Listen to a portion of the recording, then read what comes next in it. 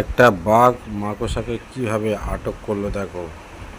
মাকড়সাকে আটক করে বাঘটাকে মেরে ফেললো। কি দুর্ধর্ষ সিন এটা দেখো। মাকড়সার কি শক্তি, কয়েকশো মাকড়সা মিলে বাঘটাকে আটক করে মেরে দিল। হ্যালো গাইস, কি সুন্দর ভিডিওটা দেখুন, লাইক কমেন্ট শেয়ার করুন।